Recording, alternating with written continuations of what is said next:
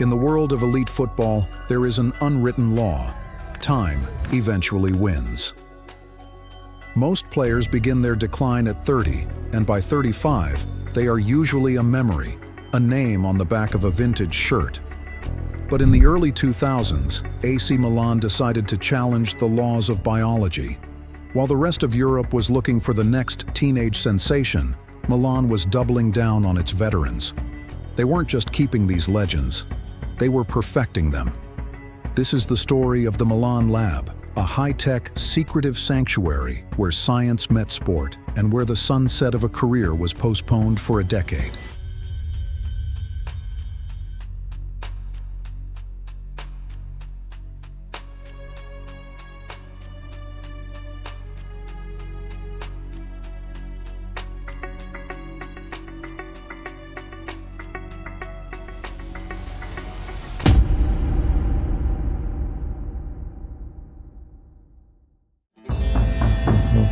It was the era when San Siro became a fortress of the ageless, and it all started with a single radical belief: that age is not a number, but a data point that can be mastered. The mastermind wasn't a world-class coach or a former player. He was a chiropractor named Jean-Pierre Meersemann. In 2002, he convinced Milan's hierarchy that the club was losing millions of euros every year to a single enemy: injury. He argued that if you could predict a player's physical breakdown before it happened, you could keep them on the pitch forever. This was the birth of the Milan Lab. It was a windowless room filled with data processors that turned every movement, every heartbeat, and even every dental alignment into a digital profile. To the outside world, it looked like science fiction. To the players like Paolo Maldini, Cafu, and Filippo Inzaghi, it was a fountain of youth. Suddenly, the old men of Milan weren't just surviving the grueling Italian season. They were dominating it, outrunning players 10 years their junior. The results were undeniable.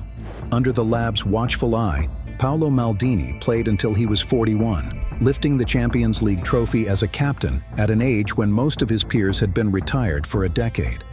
Alessandro Costacurta stayed at the top level until 41. Cafu, the tireless Brazilian fullback, was still sprinting down the flanks at 38, as if he were 18. The lab discovered that by monitoring non-obvious factors, like how a player's jaw alignment affected their hamstring tension, they could prevent the chronic strains that end careers. It turned AC Milan into a footballing anomaly.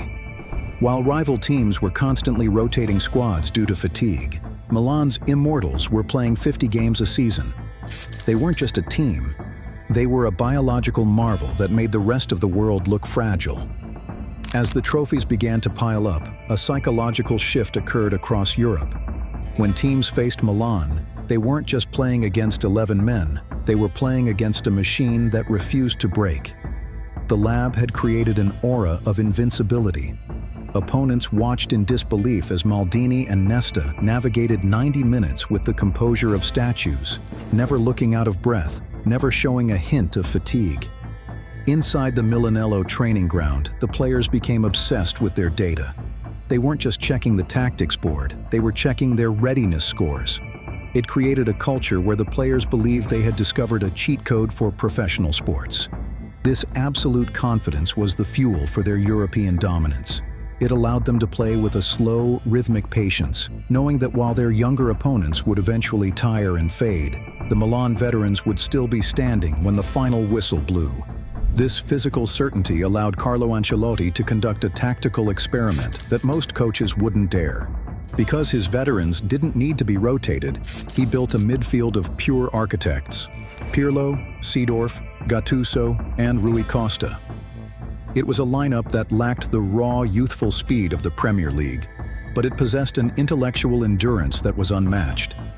They played football like a game of high-stakes chess, moving the ball with a deliberate, hypnotic rhythm that drained the spirit of their rivals. While other clubs were forced to sell aging stars and rebuild every 3 years, Milan's consistency meant they could refine their chemistry to a telepathic level. They weren't just teammates.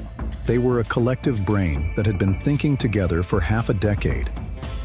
In the mid-2000s, Milan proved that while speed is a weapon, experience is a shield. And with the lab's help, that shield was indestructible. But even a laboratory cannot account for the chaos of football. In 2005, the world watched as Milan's fortress of experience crumbled in 6 minutes of madness in Istanbul. Leading 3-0 at halftime against Liverpool, the veteran stars looked untouchable. When they lost, the critics sharpened their knives. The narrative changed overnight. The immortals were suddenly just old men who had run out of breath.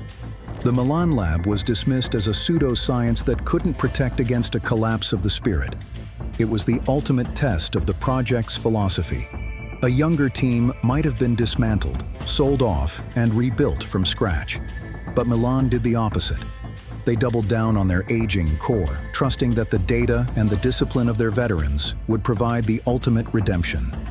They didn't see a finished era. They saw a statistical outlier that needed to be corrected. 2 years later, in the heat of Athens, the data was finally vindicated.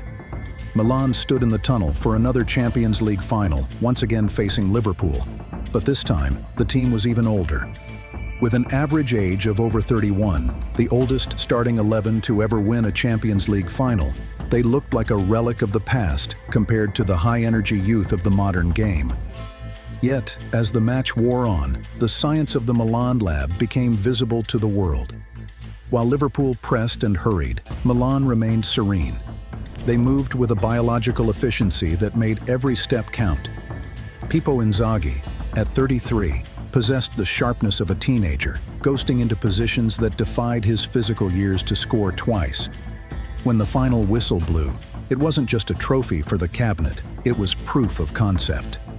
They had achieved the impossible, winning at the highest level not in spite of their age, but because of it.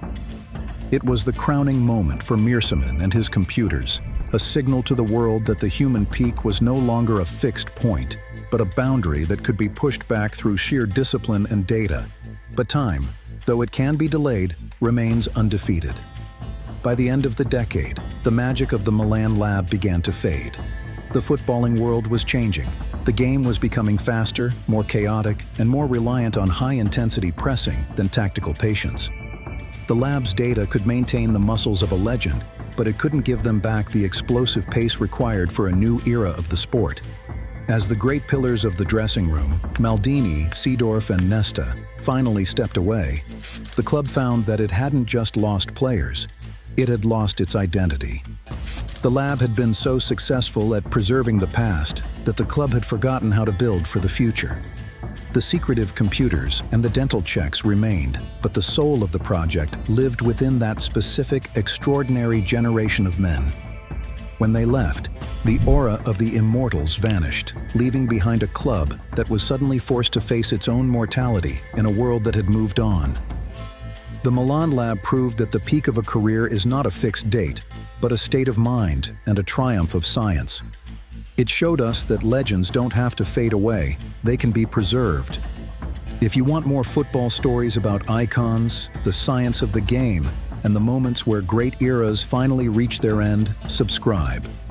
Because this is what Goal Line Stories is about.